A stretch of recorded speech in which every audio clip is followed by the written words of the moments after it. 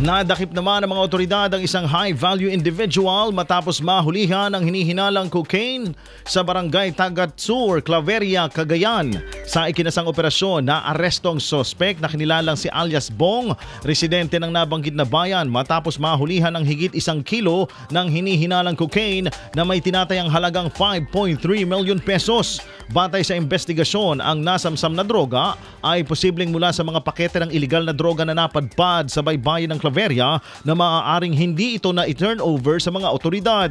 Base rin sa report, bago isinagawa ang operasyon ay mahigit 2 buwan umanong minanmanan ng mga operatiba ang sospek. Kabilang sa mga nakuhang ebidensya kay alias Bong ay ang 1 kilong bloke ng hinihinalang cocaine na nakabalot sa duct tape na may tatak na Coca Racing, 249,000 pesos budil money, isang cellphone, isang backpack at isang susi ng tricycle.